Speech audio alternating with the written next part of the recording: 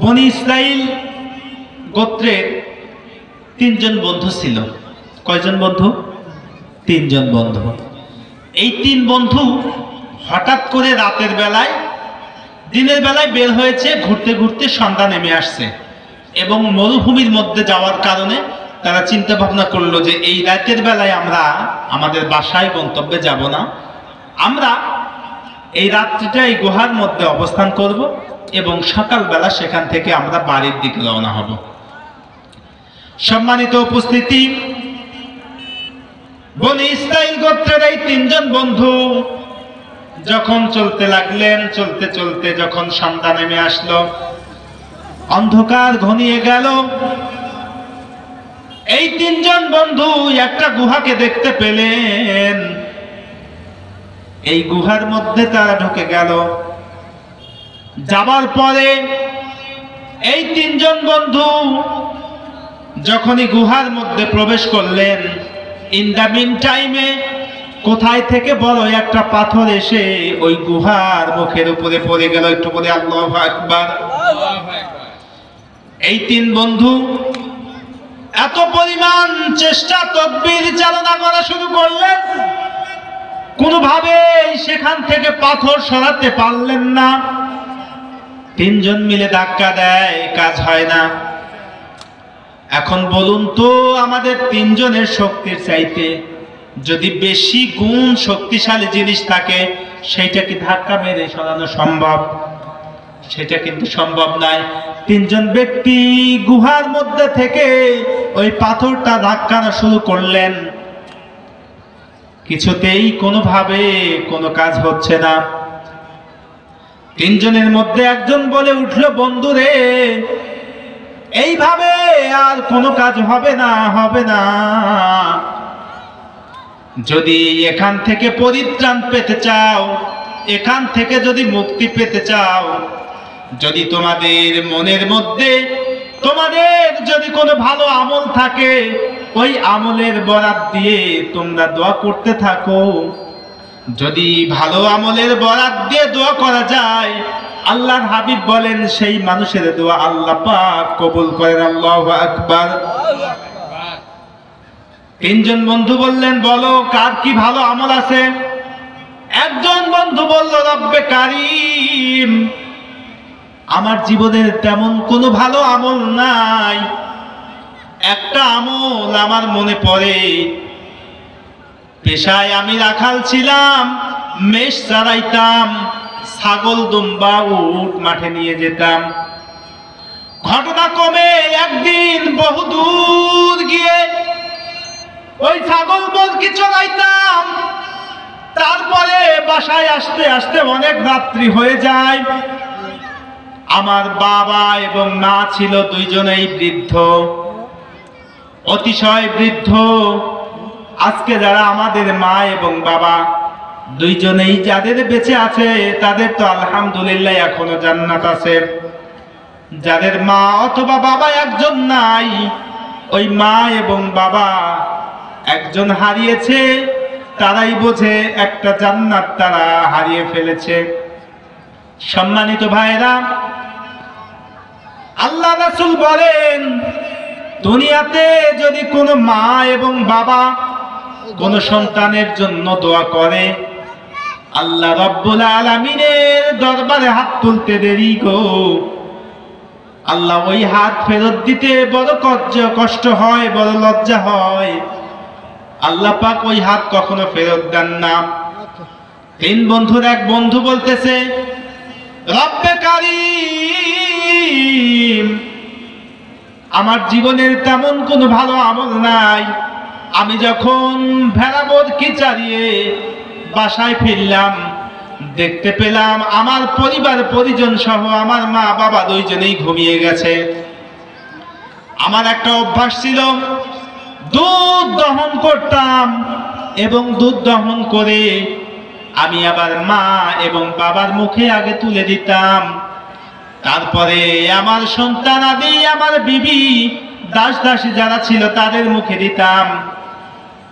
ওই দিন ঘটনা ক্রমে এসে দেখি আমার বাবা মা ঘুমিয়ে পড়ার কারণে আমি দুধ দহন করলাম। আমার ছোট ছোট বাচ্চারা অনেক চিল্লা পাল্লা কান্নাকাটি করছে, আব্বু ক্ষুধার জ্বালায় পেটটা ফেটে যায়, আব্বু রে একটু দুধ দাও, যেইটা খেয়ে আমি আমার তৃষ্ণা নিবারণ করতে পারি।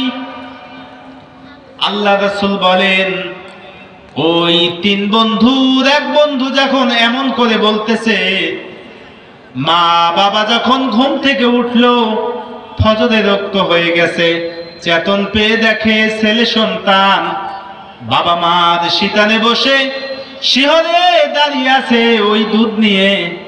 এরপর মা উঠলেন, ওযু করলেন, দুধটুকু খেলেন, এরপরে ফজরের নামাজ আদায় করে ফেললেন। ওই বন্ধু বলতেছে, রব্বে কারীম, এই আমলটাই আমার জীবনে করেছি গো,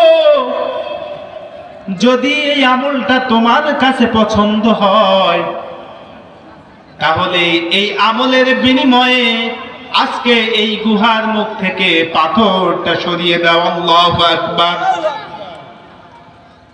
তিন বন্ধু এক বন্ধু এইভাবে দোয়া করলেন আল্লাহর কাছে। ভালো আমলের বরাত দিয়ে যদি কেউ দোয়া করে আল্লাহ পাক সেটা কবুল করে। সম্মানিত হাজিরিন,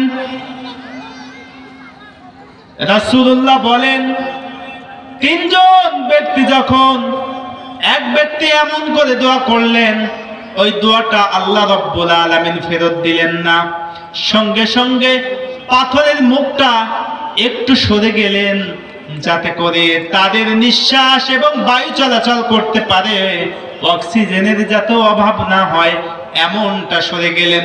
কিন্তু পাথরের গুহা থেকে পাথর একেবারে সরে গেলেন না, যেখান থেকে তারা বের হবে এমন অবস্থা হয় নাই।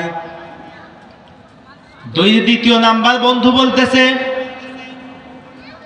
রব্বুল আলামিন, আমার জীবনের একটা আমল ছিল। ওই দ্বিতীয় বন্ধু বলতেছে, আমার একটা সুন্দরী চাচাতো বোন ছিল, সুন্দরী চাচাতো বোন, আমার ওই বোনের জন্য আমি একেবারে উন্মাদ হয়ে গেলাম, এমন পাগল। বোনকে পাওয়ার জন্য আমার নফস সব সময় আমাকে ওয়াসওয়াসা দিতে থাকে। আমার নফসের কথা শুনে আমি ওই বোনের সঙ্গে বিভিন্ন প্ররোচনায় বিভিন্ন ভাবে বোনকে বোঝাইতে থাকি, বোন আমার রাজি হয় না। হঠাৎ করে একটা দুর্ভিক্ষ এসে গেল। ওই দুর্ভিক্ষের সময়ে ওই বোনটা এসে আমাকে বলল, চাচাতো ভাই, আমার সময় অনেক খারাপ যাচ্ছে, দুর্ভিক্ষ থাকার কারণে আমার ঠিক মতো পেটে ভাত নাই, আমি খাবার পাই না, আমাকে কিছু দিনার দাও, কিছু দিরহাম দাও, যেটার দ্বারা বিক্রি করে আমি খাবার কিনে আমার জীবন অতিবাহিত করতে পারি। সম্মানিত উপস্থিতি, চাচাতো ভাই মনে মনে চিন্তা ভাবনা করলেই তো সুযোগ, 100 দিনার দিলেন, দিরহাম নয় 100 দিনার, যেটা তৎকালীন সময়ে স্বর্ণের টাকা। এই টাকাগুলি দিলেন এই জন্য, ওই বোনকে পাওয়ার জন্য, কথাগুলি বুঝবেন, ওই বোনকে পাওয়ার জন্য টাকাগুলি দিলেন। এবার বোন তার কথা মতো রাজি হয়ে গেল টাকার বিনিময়ে। বোনের সঙ্গে যখন অনৈতিক কাজে তারা লিপ্ত হবে, ইন দা মিন টাইম বোন ভাইকে ডাক দিয়ে বলতেছে, ভাই রে, দুনিয়ার কোন মানুষ যদি আমাদের এই কাজগুলি না দেখে, ওই আদর্শের মালিক তিনি কিন্তু দেখতেছে।